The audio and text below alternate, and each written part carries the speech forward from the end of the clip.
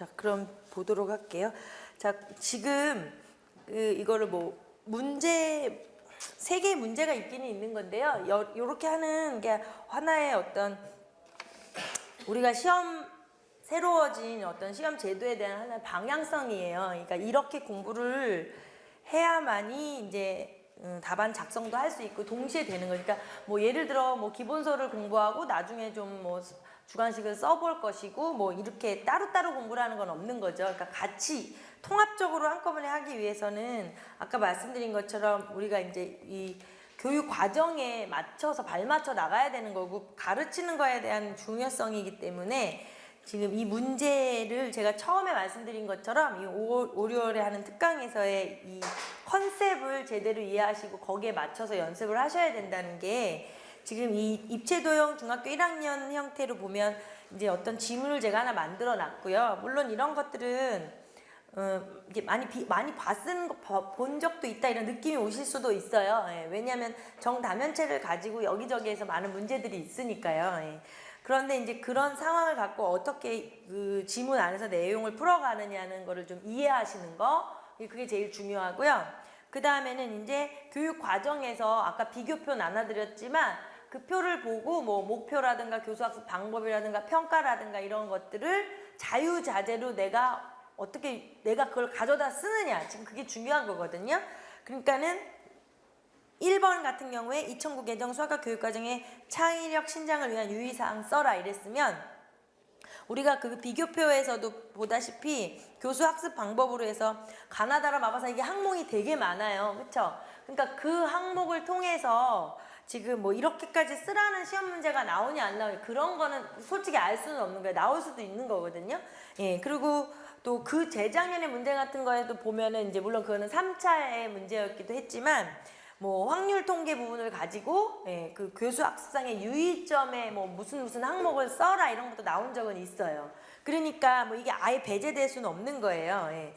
그러니까는 만약에 혹시 나와서 뭐 창의력 신장을 시키기 위한 항목 중에서 뭐 4개 중에서 2개를 써라 만약 이랬다고 했을 때 뭐 거기 뭐 똑같은 뜻으로 쓰고 이러지는 않겠죠. 그러니까 그 의미가 통하면 되는 거예요. 그러니까 그렇게끔 반복을 해 놓으셔야 돼서 항상 이 부분을 가지고 교육과정 그걸 내가 어떻게 휘두를 수 있나 이제 이걸 보는 거거든요.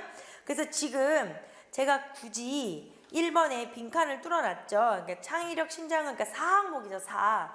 그러니까 비교표에서 찾으시면 4항목이 있어요. 그렇죠? 그러니까 그걸 보고 이제 쓰시면 되는데 중요한 거는 지금 빈칸 뚫린 거를 까먹으면 안 된다. 지금 그래서 빈칸 뚫어놓은 거예요. 그러니까 4항목에서 창의력 신장을 위해서는 사실 그 3가지 문제 해결, 추론 능력, 의사소통 그거잖아요. 그러니까 그걸 강조하는 거. 그러니까 뭐 앞에 좀 말이 좀 바뀌더라도 혹시 시험에 나오면 그 말은 절대 빼먹지 말고 써야 되는 입장이고 또는 그냥 뭐 기입형에 해당돼서 간단하게 2점짜리로라도 문제 해결력, 추론 능력, 의사소통을 쓸 수도 있어요. 시험 문제는. 그러니까 그렇게 잘 봐두셔야 되고 다양한 아이디어 산출할 수 있는 수학적 과제를 통해 학생들의 확산적 사고를 촉진시킨다. 그러니까 그걸 지금 교육하는 사람들이 우리가 원하는 거니까 확산적 사고를 촉진시키게 하고 싶은 거고 그 다음에 3번에 뭐 여러 가지 방법 그러니까 하나의 수학 문제를 여러 가지 방법으로 풀게 하는 거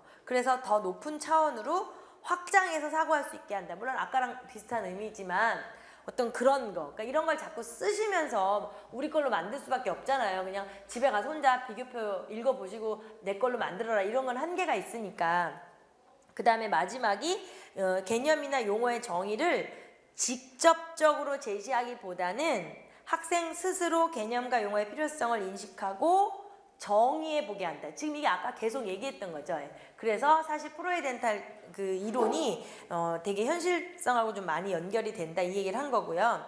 그래서 다시 한번 이제 그 과정은 되게 중요한 거니까 반복해서 하시라는 의미도 있고 너무 중요하다. 이제 그래서 1번에 그렇게 넣어 놓은 거고요. 그 다음에 정리를 한 것도 교육과정하고 지도서하고 수학학습으로 하는 것처럼 문제도 그렇게 보는 거예요. 그런데 그렇다면 이번 문제가 박교사의 수업이 지금 1번에서 우리가 4항목을 썼잖아요. 그거 유의사항 중에서 어떤 항목에 가장 적절하냐. 지금 당연한 거죠. 정답면체를 애들한테 스스로 이제 얘기해보게 하는 거잖아요. 그러니까 당연히 1, 2, 3, 4번 중에 4번이겠죠. 그러니까 문제를 좀 쉽게 낸다면 아마 이렇게 1번을 우리한테 유의사항을 쓰라는 말을 안 하고 유의사항을 주고 2번을 문제 낼 수도 있어요. 그러면 이제 어쨌건 우리는 지금 4번이라는 건 알아요. 그래서 이 4번하고 유사하다. 그래서 이제 박 교사의 수업은 학생들에게 정다면체의 정의를 직접 만들어보는 활동, 그러니까 정의를 만든다는 거죠. 정의를 직접 만들어보는 활동으로 4번 항목에 근거하여 적절한 활동이라고 할 수 있다. 학생 스스로 능동적으로 지식의 구성에 참여하고 있으므로 구성주의가 반영되었다고도 볼 수 있다. 이제 이거 그냥 참고적으로요.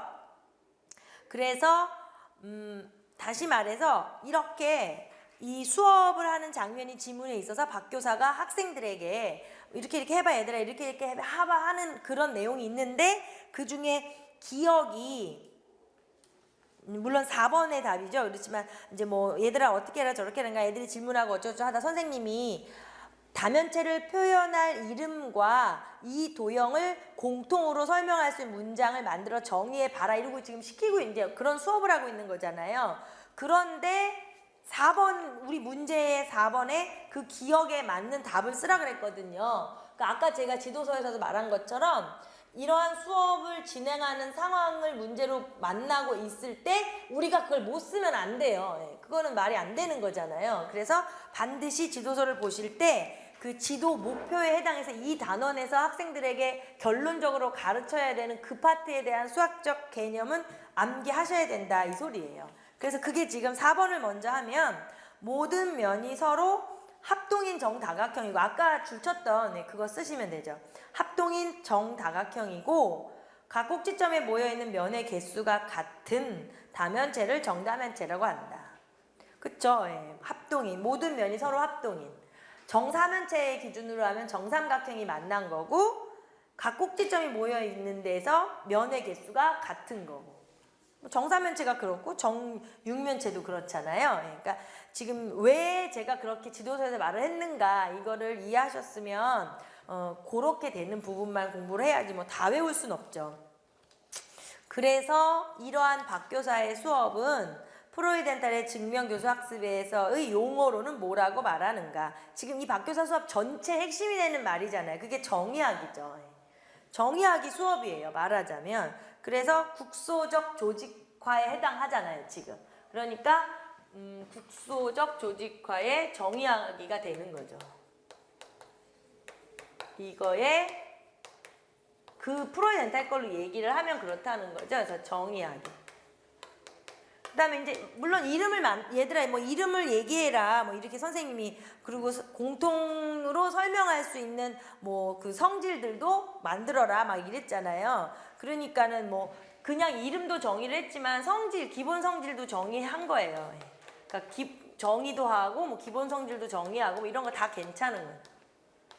이 수업이라는 거죠. 이 핵심이 되는 게. 그래서 그 얘기. 그다음에 아까 밑에는 다면체에 대한 정다면체에 대한 얘기. 그리고 과정에서 굳이 빌어오자면 뭐 이렇게 어떤 항목 4항목에서 4번에 해당하는 뭐 이런 거. 그래서 이건 지금 뭐 1학년 거 이거는 그렇게 어렵진 않아요. 그래서 확인을 쉽게 할 수 있는데 이제 외심 내심의 중학교 2학년 거는 뭐 그 말 읽어보셨겠지만 아까 이것도 그랬죠. 그래서 내심과 외심을 지금 정확하게 기억을 해야 된다 그 얘기를 한 거예요. 그러니까 중고등학교 그 수학의 어떤 개념의 압축 정리라는 의미가 그거를 다 우리가 기억도 못해요. 할 수는 없어요. 머릿속이 터질 거예요 아마. 그러니까 거기에 핵심이 되는 것들만 우리 걸로 만들어야 되니까 최소 그것만 안 까먹어도 사실 그건 무리 없어요. 시험 보는 데는. 자 일단 여기는 선생님들이 이제 대화가 막 있죠. 그래서 박 교사가 먼저 뭐 이제 얘기를 해요. 종이접기라는 구체적인 조작 활동을 통해서 이렇게 뭐 하는데 중요한 말이 삼각형의 두 변의 수직 이등분선의 교점에서 삼각형의 세 꼭지점에 이르는 거리가 같음을 하면서 이 박교사에서 말해 중요한 말이 종이접기라는 활동도 중요한 말이고요. 예. 그 다음에 직관적으로 알게 하잖아요. 이러고 얘기했어요. 예. 그쵸? 학생들이 스스로 직관적으로 느끼게 하는 거죠. 그리고 학생들이 느끼면서도 또 모르는 때는 있어요. 표현할 수 없을 때도 있고요. 그러니까 김 교사가 종이접기를 통해 학생들 스스로 활동을 하면 직관적으로 이해하는 것도 참 중요합니다. 하지만 좀 더 수학적으로 접근할 필요가 있죠. 그래서 2007 개정 교육과정에서는 기억 같은 증명을 2009 개정 교육과정에서는 이윤과 같이 정당화를 위한 지도를 하잖아요. 이랬어요. 그래서 그거는 제가 원래 이제 이 부분도 마찬가지예요. 이 부분은 둘 중에 하나를 뭐 정당화 과정이 됐든 2007 증명이 됐든 근데 아마 정당화 과정으로 하겠지만 그 옆에 첨부해 놨죠. 예, 답안을 첨부해 놨는데 아까 지도서에서도 2009 거는 우리가 봤잖아요. 그러니까 그 밑에 거가 그 니은이 2009인데 7이라고 써 있죠. 그거는 오타고 밑에 거가 아까 얘기한 것처럼 이유를 설명하여라가 이제 2009 거잖아요. 아까 지도서에서 봤어요. 그래서 이 부분은 여기 그냥 실어 놓은 거고 선생님들 보시라고 만남을 증명하여라. 설명하여라 이렇게 바뀌었다는 걸 그냥 보시라는 거고 그 다음에는 사실 요 정도는 하실 줄 알아야 되는데 그냥 나는 지금도 이런 건 잘한다는 분은 상관이 없어요. 근데 만약에 못해 그러면 한번 증명을 해보시라는 거죠. 그 소리고요. 그 다음에 이제 그러니까 김 교사가 얘기한 거에서 이제 어떤 그 얘기예요. 그러면서 우리는 그 전에는 증명을 그 이후에는 정당하다. 근데 사실 바뀐 게 하나도 없죠. 애들 입장에서는 실제 현장에서도 아마 바뀐 게 없을 거예요. 애들 입장에선. 그랬더니 또 박 교사가 뭐라고 또 막 얘기를 많이 해요. 부연 설명하는 거죠. 뭐 앞에 설명하면 그런 거잖아요. 하신 거죠. 그러니까 또한 고등학교 과정에서는 이를 이용하여 삼각형의 세 변의 수직 이등분선의 교점의 좌표를 구하고 있습니다. 이랬어요. 그래서 이제 그 부분은 볼 거고 그 다음에 이제 대화 먼저 볼게요. 그러니까 이제 뭐 그래요 하고 하니까 이제 김 교사가 이제 또 이제 이 문장이에요. 우리가 이제 이 공부를 하기 위해 정리를 하다 보니까 좀 이상할 수는 있어요. 그러니까 또 그냥 뜬금없이 삐아제 얘기를 하잖아요. 김 교사가. 삐아제 관점에서 보면 종이접기 활동을 통해 삼각형의 두 변의 수직 이등분선의 막 얘기를 해요. 우리가 지금 계속 했던 그거는 수학적 아이디어를 모시키는 반사의 과정과 주제화된 내용을 모의 과정을 통해 삼각형의 외심이라는 새로운 형식이 되는 모의 과정이 되는 거죠. 이랬어요. 그럼 뭐 하여튼 어렵죠. 근데 일단 뒤에 또한 뭐 삼각형의 외심은 어쩌고 저쩌고 해서 알 수 있어요. 이러고 이제 다시 한번 이제 딱 마무리 정리를 해줬어요. 김 교사가. 근데 어쨌건 지금 이제 그 말을 한번 보면 되게 중요한 거죠. 뭐냐면 애들이 이제 잘 생각을 머릿속에 상상하면서요. 애들이 종이접기를 막 하고 있다고 이제 상상을 하는 거죠. 우리가 종이접기를 막 하면서 활동을 통해서 이제 삼각형의 두 변의 수직 이등분선의 교점에서 삼각형의 세 꼭지를 이루는 거리 같다. 아까 앞에 종이접기 있었잖아요. 그 지도서 같이 보셔도 돼요. 그러니까 그러한 것을 애들이 하면서 수학적 아이디어를 지금 하고 있는 거. 그게 뭐냐는 거죠. 그게 바로 주제화를 하고 있는 거죠. 지금 이 김 교사가 먼저 얘기하는 건 삐아제 얘기를 하고 있잖아요. 그러니까 주제화를 지금 하고 있는 거예요. 하게끔 이제 우리가 유도하는 거죠, 수업을. 그러니까 원래 지금 가장 그 반사와 반성의 교대작용으로 지금 여기 삐아제 얘기를 할 거고 그 다음에 이제 뭐 반일 얘기가 나오겠지만 그쵸? 그래서 일단 주제화가 들어가면 되는 거죠. 그것을 시키는 반사의 과정과 이제 여기 그래서 주제화된 내용을 그러니까 뒤에 문장이 나오긴 나왔어요. 그래서 주제화된 내용을 미음에 들어갈 말이 모의 과정을 통해 반성이죠. 반성. 그러니까 주제와 그다음에 반성. 그러니까 약간 지금 주제화라는 거는 그 반사되기 전 단계잖아요. 반사되기 전 단계에서 사고의 도구가 사고의 대상이 되는 게 주제화잖아요. 이거는 반사의 전 단계로 사고의 도구가 사고의 대상이 되는 거란 말이에요. 그쵸?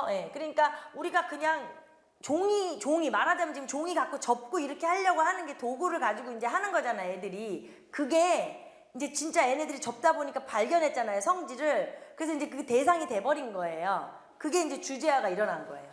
주제화의 정의는 사고의 대상이 사고의 도구로 가고 있는 걸 주제화라고 하죠. 그래서 그게 이제 일어나서 그거의 과정을 통해 미음에 들어갈 말이 이제 그거였고요. 그 다음에 삼각형 외심이라는 새로운 형식의 되는 비읍에 들어갈 게 반영적 추상화가 들어가면 되잖아요. 결론은.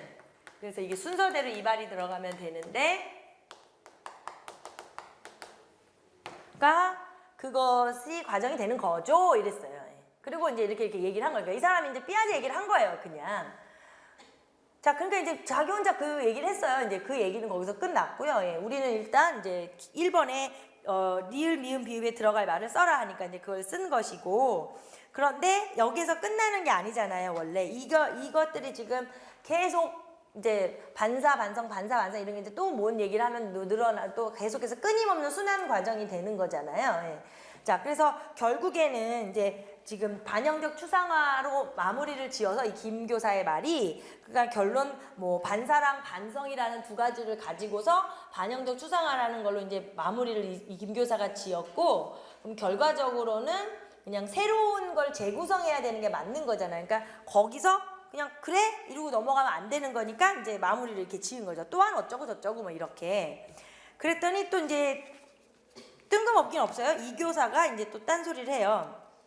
이 교사가 뭐 자기는 이제 뭐 다른 걸 한대요. 그러니까 여기서 핵심적인 건 그 너무 디테일한 걸 보는 게 아니고요. 막 뭐 종이접기 대신에 자기가 하는 얘기를 하는 거예요. 무슨 활동을 한대요. 근데 뭐 손전등 가지고 막 한대요. 근데 그런 게 원래 있죠. 옛날에도 막 그런 거 했던 것 같은데 수업 시간에 어렴풋이 기억이 나는데 막 이렇게 여기다 놓고 이렇게 해서 이제 손전등 위에다 매달아 놓고 그게 왔다 갔다 하면서 이게 불빛이 원이 이렇게 되는 거잖아요. 이런 원이. 예. 그러니까 이 원들이 막 왔다 갔다 하는 그 얘기하는 거예요. 이 이게 이제 여기 비춰져 있는 매달아 놓은 손전등에서 하는 거예요. 그러니까 이 교사 말이 뭐 수직 상공에 각각 손전등을 매달아 세 손전등의 높이가 같도록 유지하면서 이제 막 움직이다 보면 뭐 빛이 만드는 원의 크기를 조절해서 세 원이 한 점에서 만나게 하는 것을 보여주면서 외심의 개념을 지도하려고 한대요, 자기는. 그러니까 우리는 여기서 이제 그런 걸 보는 게 아니라, 이제 박 교사는 뭐 종이, 뭐 이런 얘기를 하는데 이 교사가 이제 새로운 아이디어를 낸 거죠. 나는 이렇게 할 거다, 뭐 이렇게.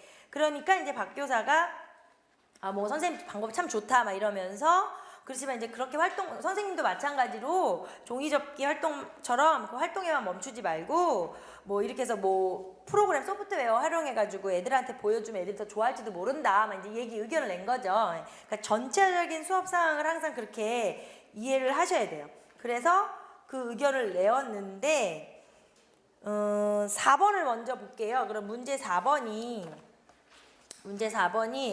아까 앞에서 우리가 한 얘기랑, 그러니까 바닐레와 삐아제의 이론의 공통점과 차이점을 이제 비교해서 설명해봐라 그 소리예요. 그러니까는 지금 김 교사가 친절하게 삐아제 얘기는 다 해줬잖아요. 그러니까는 바닐레와 삐아제의 인지적 발달은 나선적 교대 과정, 아까 얘기했었죠 앞에서. 예, 그래서 나선적 교대 과정을 통하여 이루어지는 것으로 파악하고 있다는 점에서 공통되며, 이 과정은 바닐레는 뭐라고, 삐아제는 뭐라고 설명하고 있다. 그래서 이제 그거는 용어니까 수단의 대상화, 바닐레는 수단의 대상화라고,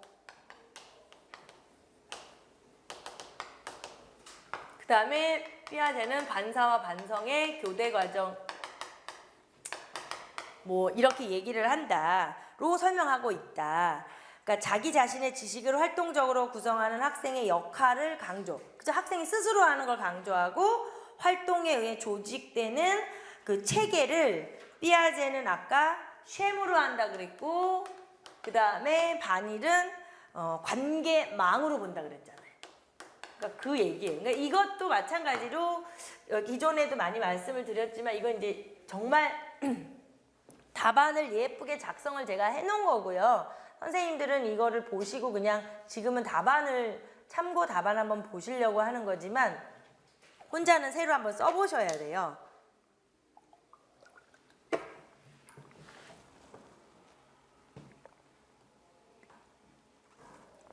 자, 그래서 이 여기에 너무 의존하지 마시고요. 답을 꼭 다시 써보셔야 돼요. 그 얘기를 말씀드리려다가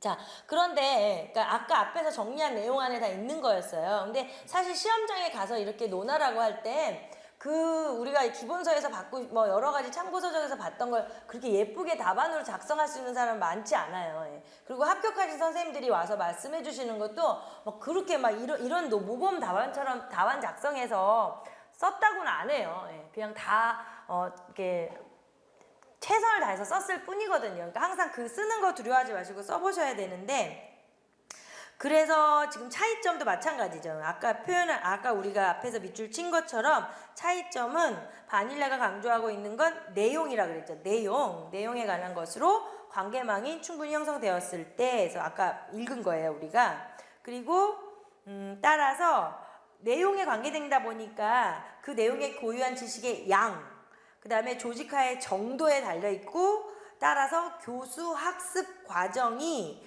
수준의 발달에 지대하게 영향을 끼친다고 보고 있다. 바닐레는 그렇다는 거예요. 그러니까 교수 학습 과정이 되게 중요하다는 거죠. 그런데 반면에 삐아제는 논리적인 조작은 그것이 적용되는 내용과는 독립적이라고 아까 그랬죠. 그러니까 독립적으로 발달을 하니까 이러한 조작을 통해서 새로운 수학 지식이 세워진다고 하였다. 그러니까 이 둘의 약간의 차이점이 이제 그렇다는 거예요. 그러니까 사실은 여기서 지금 이 아까 뭐 내심 외심을 얘기하는 건 지금 중요한 건 아니었을 수도 있어요. 여기 이 두 번째 수업에서는 지금 내심 외심에 대한 것보다도 이제 방법론 쪽에 지금 초점을 맞춰서 이제 얘기를 하다 보니까 이제 그렇게 된 거고요. 예.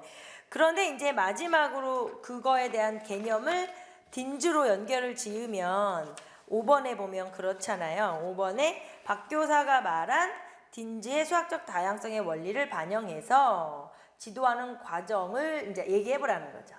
그쵸? 이제 뭐 이 교사가 뭐라고 아이디어를 말하니까 그것도 좋은데요. 뭐 이렇게 하는 게 좋지 않아요? 이랬다는 거죠. 그래서 이제 이거는 지각적 다양성의 원리라는 건 이제 비본질적인 게 막 바뀌는 거니까 아까 말은 다 했었어요.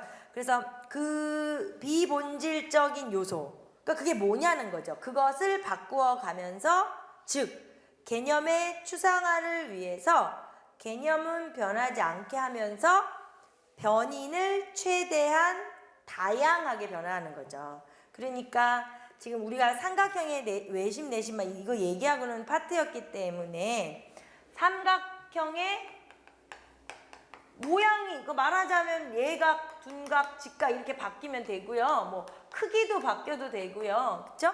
삼각형의 모양이라든가 뭐 크기가 바뀌려면은 크기로 표현하려면 각이 바뀌면 되고, 길이로 표현하려면 변이 바뀌면 되고, 이렇게 막 바꾸면 되잖아요. 본질은 변하지 않으면서 뭐 그런 것들이죠. 거기 비본질적인 요소라는 게 이제 그런 걸 바꾸어 가면서 다양하게 변인을 다양하게 하는 게 중요하고 애들한테 보여주는 거죠. 이게 이제 중요하겠죠. 소프트웨어가 이럴 땐 도움이 많이 되겠죠. 이거를 뭐 다 선생님이 그려서 작동해 주는 거를 뭐 보여주는 것도 나쁘지는 않지만 소프트웨어가 아마 더 요즘 애들한테는 좋을 것 같아요. 그래서 그 밑에 단락은 외심의 위치를 관찰해 봄으로써, 그쵸? 네, 외심의 위치를 관찰해 봄으로써 외심의 본질적인 요소인, 그쵸? 외심의 본질적인 요소, 수학 개념 이렇게 변하지 않는 거, 그것은 이제 세 변의 수직 이등분선을 한 점에서 만난다는 개념, 또는 외심에서 꼭지점에 이르는 거리가 같다는 거, 이런 걸 학습한다 이 소리예요. 그러니까 아까 외심 정도, 내심 정도는 알아두시라 했던 거예요. 그래서 이렇게 적용을 할 수가 있겠죠. 그래서 뭐 서술형으로 짧게 묻는 게 또 난다면은 뭐 이 중에 하나 같이 낼 수도 있는 거고, 이거는 어떤 예상 문제 뭐 이런 게 아니고요. 지금 개념 우리의 어떤 정리를 하기 위한 공부이기 때문에 그 문제 하나하나에 연연하실 필요는 없고요. 예. 그 상황을 지금 우리가 이해하는 게 중요해요. 그래서 아까 그 외에 박 교사가 뭐 이제 또 얘기한 거 있죠. 뭐 고등학교에서는 이렇게 해요라고. 그러니까 지금 여기는 선생님들이 모여서 뭐 그냥 각자 자기 의견만 따로따로 말하고 있어요. 전혀 관계없이 뜬금없이 막 김 교사는 삐아제를 말하고 막 이 교사는 나는 막 따라온 걸로 한다 말하고 이러고 있어요.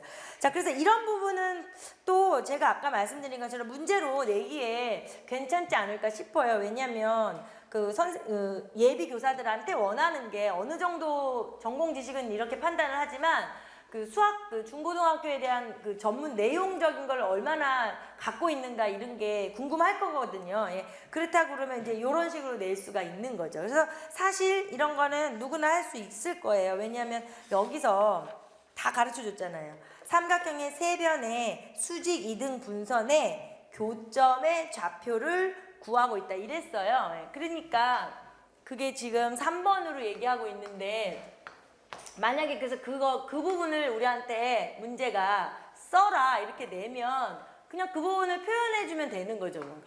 그러니까 이해를 우리가 뭐 쉽게 하려면 하나 이렇게 잡으면 되잖아요. 이렇게 잡아서 만약에 뭐 A, B고 이게 B고 여기 C로 A, B, C 그러니까 그냥 C 뭐 이래도 이게 더 좋겠죠. 똑같이 좀 만들까요? 이렇게. 그래서 이런 삼각형을 하나 만들어서 길이가 같아야 되니까 예. 그러니까 여기서는 고등학교에서는 사실 해석 기하 쪽으로 넘어가니까 그 세 변의 수직 이등분선의 교점의 좌표를 뭐 이런 얘기를 해줬잖아요. 그러니까 뭐 이렇게 만들어주고 아예 여기 정도 뭐 여기하고 여기 아니면 여기는 지금 여기 그다음에 여기도 한 요 정도 이렇게 있겠죠. 그다음에 여기는 여기 좀 다르지만요. 뭐 이렇게. 그러니까 이거의 수직 이등분선의 교점이 이제 어떻게 표현이 되겠냐 이거잖아요. 그러니까 사실 이럴 때는 해석 기하 방법으로 했을 때 제일 좋은 게 여기 뭐 여기는 잡혀져 있으니까 이라고 해서 D가 2분의 이거랑 2분의 중점을 찾아가지고요. A와 B에 그쵸? 그 다음에 여기는 00이 있고 2는 A와 C의 중점을 찾아서 2분의 A 더하기 C 2분의 B 뭐 이렇게 해서 아예 이렇게 가는 거겠죠. 이 직선의 방정식의 개념으로 봤을 때 이거의 수직 이등분이 되는 직선의 방정식을 찾고요. 그러니까 이거의 수직 이등분선이 되는 직선의 방정식을 아예 찾고 그 다음에 여기에서의 이 AC의 수직 이등분선이 되는 직선의 방정식을 또 찾고 뭐 좀 결론을 아니까 이렇게 그리게 되는데 좀 아니긴 아니죠. 아무튼 그리고 여기에서의 수직 이등분선 여기가 이게 올라갈 테니까 그러니까 여기 있을 거예요. 그러니까 이 방법을 어떻게 잡냐면 지금 아까 여기서 표현한 것처럼 직선의 방정식 직선의 방정식 AB에 대해서 그거에 수직이 되는 애를 잡으면 지금 원래 AB 직선의 방정식의 기울기가 지금 A 이거잖아요. 여기 빼기 맞죠? 네. 그러니까 이거에 수직이 되는 수직이 되는 방정식을 새로 직선의 방정식 AB에 수직이 되는 방정식을 구하는 거죠. 그리고 똑같은 방법으로 직선의 방정식 AC의 수직이 되는 방정식을 또 구하는 거죠. 그러면 그 직선의 방정식 두 개를 구했을 때 걔네들의 그 말하자면 지금 이렇게 가는 요 놈이 바로 수직이 되는 이 방정식의 y 절편이 되고 얘도 마찬가지로 이렇게 간다고 했을 때 지금 이 AC의 수직이 되는 이 직선의 방정식에 이렇게 가니까 여기가 y 절편이 되잖아요. 그러니까 그 y 절편이고 얘도 마찬가지로 이게 올라가니까 결국 이 위에 있다는 거. 뭐 이런 거 얘기하는 거예요, 지금. 그러니까는 원래의 지금 우리가 외심에 대해서 얘기를 하는데 고등학교 1학년 과정이에요, 이게. 그러니까 거기서는 이렇게 해석을 한다 지금 그 말이 하고 싶은 거죠. 그러니까 정리를 하면 만약에 뭐 이렇게 될 수 있겠죠. 오른쪽에 삼각형 ABC에서 지금 아까 AB의 중점이 그쵸? AB의 중점 이거를 2분의 A 빼기 C 2분의 B 뭐 이렇게 놓고 그 다음에 A, C의 중점 또 여기서 2였죠? 이거는 D였고 2를 이렇게 정리를 이렇게 하면 되게 잡아놓고 2분의 A 더하기 C 2분의 B 여기 있었죠? 네. 그러니까 얘네 둘을 잡아놓은 다음에 아까 이게 기울기였으니까 여기에 수직이 되는 두 기울기의 곱이 수직이 되면 곱해서 마이너스 1이 나와야 되니까 새로 만들어진 거는 마이너스 B분의 A 더하기 C겠죠. 예. 그러니까 요 수직이 되는 직선의 방정식을 만든 게 마이너스 B분의 A 더하기 C 기울기의 X 더하기 이제 여기 절편을 구하면 되는 거죠. 그렇죠? 그러니까 그거는 또 마찬가지로 여기 이제 절편을 만들어 놓고 그러니까 똑같은 방법으로 요거요. 여기에 수직이 되는 애도 마찬가지죠. 어차피 여기에서 또 기울기를 찾는 거니까 똑같은 연산이니까 그런 걸 하실 수 있으니까 이거에 또 이렇게 된다고요. 그쵸? 그러니까 결론은 지금 이 그림이 좀 지저분하게 됐는데 지금 이놈하고 어차피 우리가 그렇게 표현했으니까 이놈하고의 교점이 여기 위에 있는 거잖아요. 그러면 저 점 우리가 지금 여기서 박 교사가 말하는 게 그래서 세 변의 수직 이등분선의 교점을 찾고 있습니다. 고등학교 과정에서는 그러니까 요 점이잖아요. 그러니까 요 점은 이게 되는 거죠. 이 절편이. 그러니까 굳이 그 교점을 찾고 싶으면 그거는 이제 0, 이제 이게 되는 거죠. y 절편.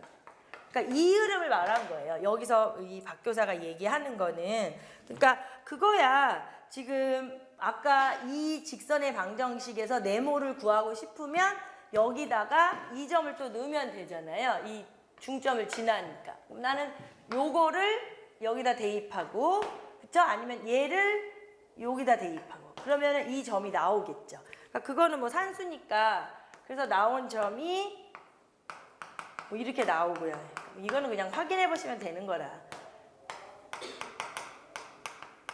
이렇게 되는 거죠. 그러니까 요게 이렇게 되는 거죠. 그러니까 여기서 박 교사가 말하는 얘기가 이 얘기예요.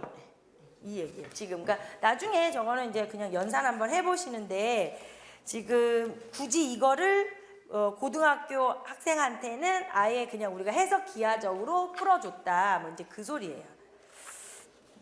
수직 이등분선의 교점의 좌표를 진짜 구했다. 그 소리예요.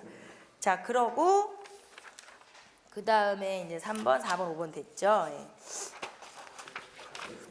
자, 그럼 이제 마지막에 있는 그 세 번째 피타고라스 거 있는 거 보면 이것도 우리 아까 지도서에 우리 이제 교과 과정 내에 있는 그 활동을 가지고 해놨어요. 예. 그래서 보시면 박 교사가 하는 활동이 뭐냐면 그 첫 번째 그림에서 이제 그런 거를 가지고 자기는 학생들이 스스로 발견할 수 있도록 지도를 한대요.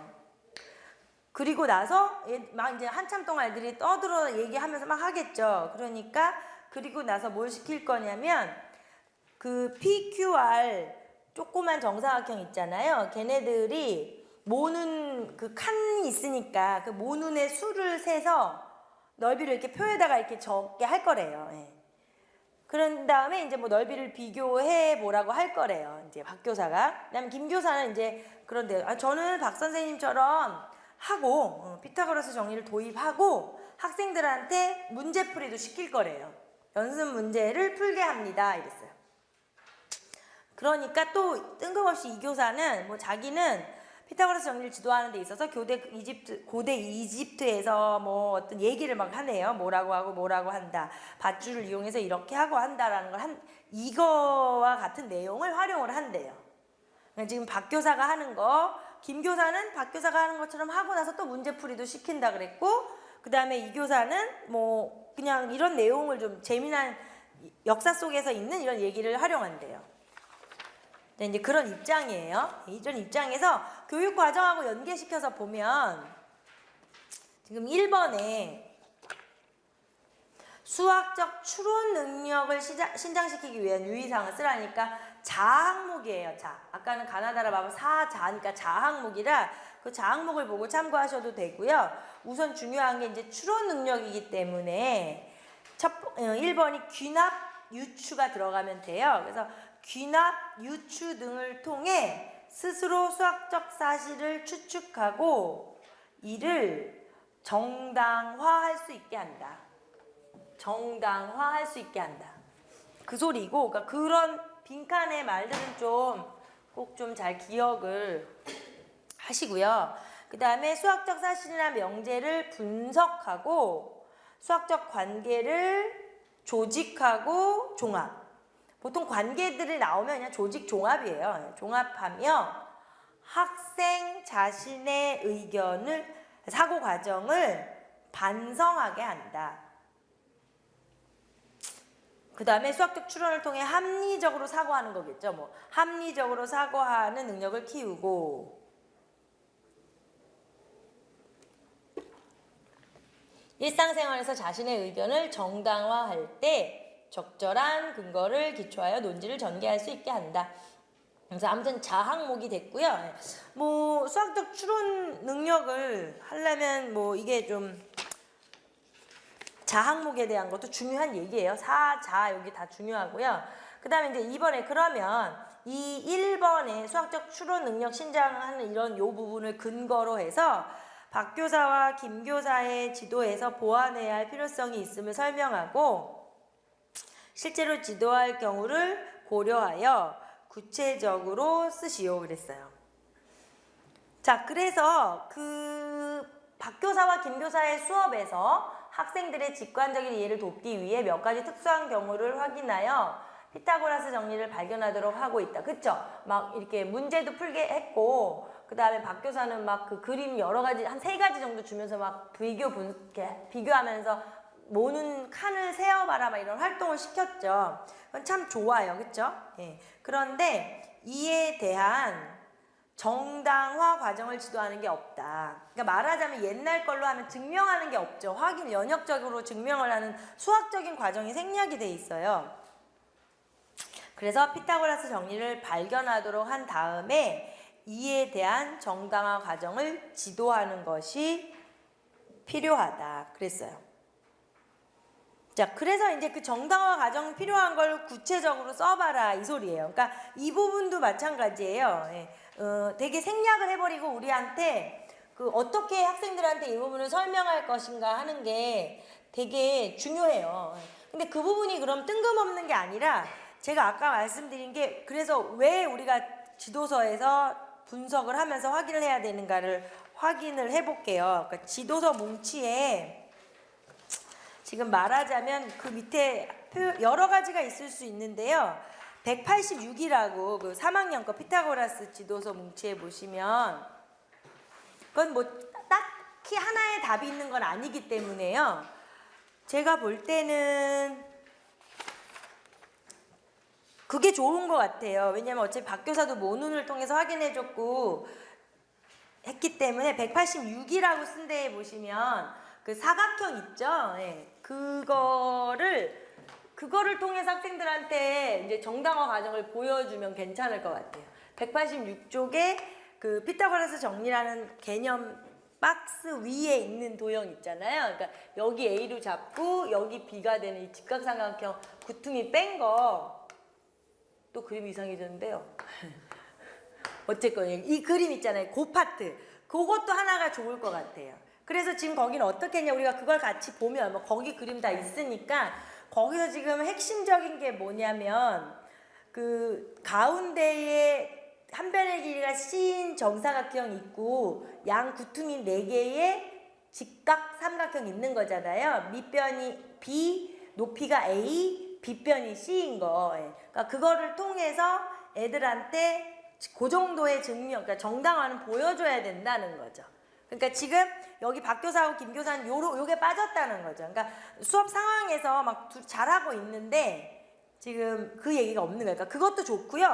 그러니까 그거. 그 다음에 그 밑에 뭐 그 이야기 안에 있는 사각형들도 있어요. 그러면 그 이야기 안에 있는 사각형 한번 보시면 거기는 이제 왼쪽 그림 1에서 그림 2로 변하는 게 조그만 삼각형 3번을 뭐 1번하고 만나게, 그러니까는 3번을 1번 위로 올리고, 그쵸? 그 다음에 2번을 오른쪽으로 밀어서 4번을 내려서 만나게 하고, 이렇게 돼서 지금 2개 그림이 있죠. 뭐 그 그림을 통해서 넓이를 가지고, 물론 거기는 이제 시계 전개는 빠졌어요.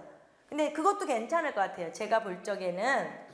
그러니까 지금 이것도 그렇고 뭐 뒤에 이제 뭐 참고적인 걸로 보면 여러 가지가 있을 수는 있어요. 그런데 또 이런 게 있어요. 그냥 만약에 이게 나올 수도 있어요. 예, 시험에. 그렇기 때문에 막 너무나 다양한 거, 우리 학생들에게 다양하게 문제풀이 방법을 가르쳐야 되는 건 맞는데 우리가 시험을 준비할 때는 그건 아닌 것 같아요. 그러니까 정확하게 지금 아까 삼각형의 외심, 내심, 그 다음에 지금 이 피타고라스를 직관적이 아닌 어떠한 약간 정당화시키는 방법으로 수학적으로 적용시키는 것들은 선생님들은 그냥 한 가지 방법만 알면 돼요.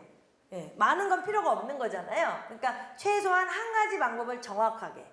그래서 그거를 2번에 그런 게 들어가면 되는 거예요. 2번에 들어갈 내용은.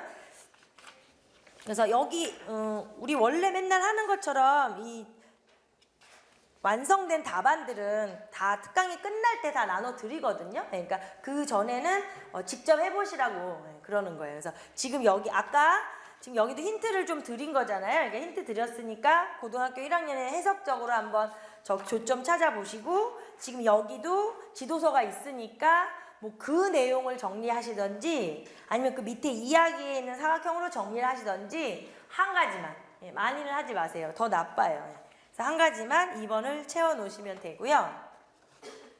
자, 그 다음에 이제 3번에 그럼 문제 3번이 피타고라스 정리를 지도하는 데 있어서 이교사는 아까 이제 뜬금없이 뭐 자기 뭐 옛날 얘기, 고대 뭐 또 수학 역사 이런 거 가지고 한다는 거잖아요. 예.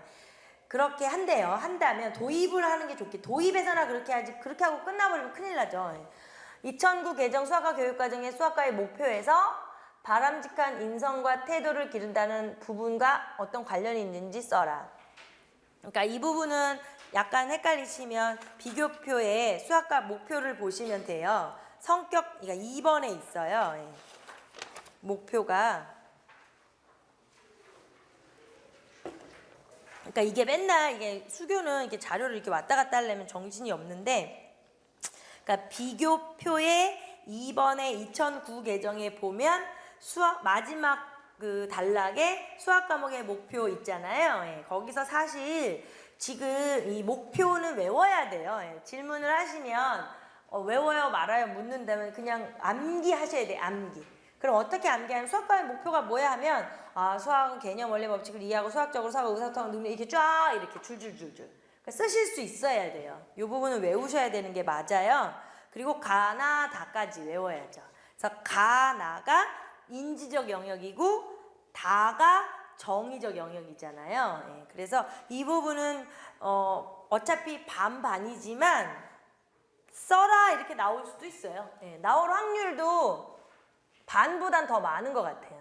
그러니까 수학과의 목표를 써라 이렇게. 그래서 이제 만약에 써라 그럴 수가 있으니까 그렇게 좀 정리해서 암기해 놓으시고요. 여기는 그 중에 바람직한 인성과 태도를 기른다는 부분. 그러니까 목표 중에서의 가나다의 다에 해당하는 거잖아요. 정의적 영역에. 예, 정의적 영역에 해당하는 그것에 이제 어떤 관련이 있는지를 이교사가 활용한 내용은 이렇게 나오죠. 피타고라스 정리를 지도하기에 앞서 도입부의 내용으로 제시하기에 좋다. 그쵸? 도입부에. 피타고라스 정리를 배우기 전에 제시되는 이러한 내용은 학생들에게 당연히 흥미를 느끼게 하겠죠. 뭐 재미를 느끼게 한다, 관심을 유발한다, 흥미를 느끼게 한다 이런 거 아무거나 써도 돼요. 예.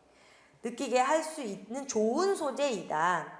또한 학생들은 이러한 내용을 통하여 피타고라스 정리가 지금 문제를 아까 거기서 읽어보면 측량술하고 좀 관련이 있는 걸 느낄 수 있잖아요. 그러니까 측량술과 관련하여 실생활에 유용하게 활용될 수 있는 점을 알게 되어 수학학습의 필요성을 느끼게 될 것이다. 애들이 근데 사실 그렇다고 필요성을 느끼진 않아요. 그것도 고대 얘기이기 때문에 지금은 못 느낄 확률이 있죠. 그러므로 학생들은 정의적인 측면과 관련하여 수학에 대한 바람직한 인성과 태도를 기를 수 있다. 자, 그러니까 일단 이거의 답안을 작성할 때는 문제에서 바람직한 인성과 태도를 기른다고 했기 때문에 정의적인 측면이라는 말이 꼭 들어가야 돼요. 그 말은 빠지면 안 돼요. 정의적인 측면이랑 관련했을 때 이제 바람직한 인성 태도가 나오는 거니까. 자, 그리고서는 이제 이 부분 자체를 이게 옛날 피타고라스에 대한 역사적인 얘기를 줘서 막 이렇게 막 흥미를 느껴가지고 아마 유용성도 느끼고 필요성도 느껴가지고 막 수학이 이렇게 좋은 거구나 막 이렇게 느낀다는 거잖아요. 그렇기 때문에 지금 4번에 프로이덴탈의 발전적 조작 가능성의 의미를 근거로 설명하라는 거예요.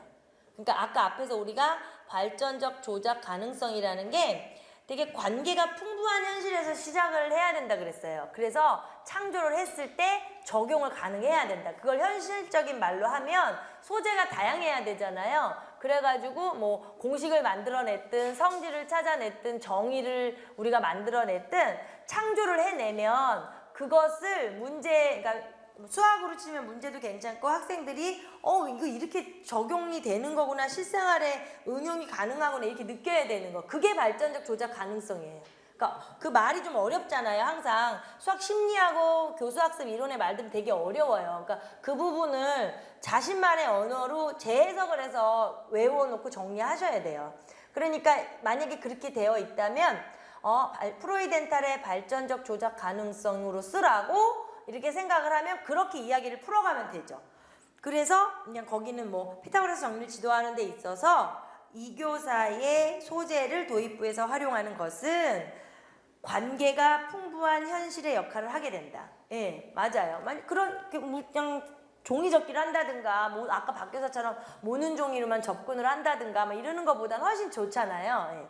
그래서 관계가 풍부한 현실의 역할을 하게 된다. 이와 같이 수학은 관계가 풍부한 현실에서 발생을 해야 창조된 후에, 지금은 이제 뭐 너무 창조라고는 좀 거창하지만 학생들이 피타고라스 정리를 알게 되는 거잖아요. 그러니까 창조된 후에 적용 가능하고 다음에 재창조를 위한 기반이 될 수 있다. 그쵸? 그 다음에 뭐 활용, 그러니까 우리가 여기를 뭐 활용 문제를 잘 풀 수 있다든가 고난도 문제로 갈 수 있다든가 이럴 수도 있죠. 그래서 이렇게 연결이 될 수가 있어요. 그래서 지금 이제 여기 정리는 다 끝났고요. 그러니까 공부라는 건 이제 우리는 다 같이 이렇게 좀 제가 조력자 역할을 하면서 정리를 해드리고 이렇게 안내를 해드리는 거지만 진짜 내 걸로 만드는 건 이제 혼자 하셔야 되는 거니까 이게 전체가 다가 아니잖아요. 이게 지금 기하 파트 중에서도 그냥 3가지 중요한 걸 가지고 한번 정리를 해본 거예요. 그래서 말 그대로 특강을 해본 거라서 거기에 해당하는 교육 과정하고 그 다음에 심리가 또 이것만 있는 건 아니죠. 여기 학습 심리가 또 다른 거하고도 연결이 돼요. 근데 그거보다도 이제 가장 중요한 것만 먼저 정리를 해봤거든요.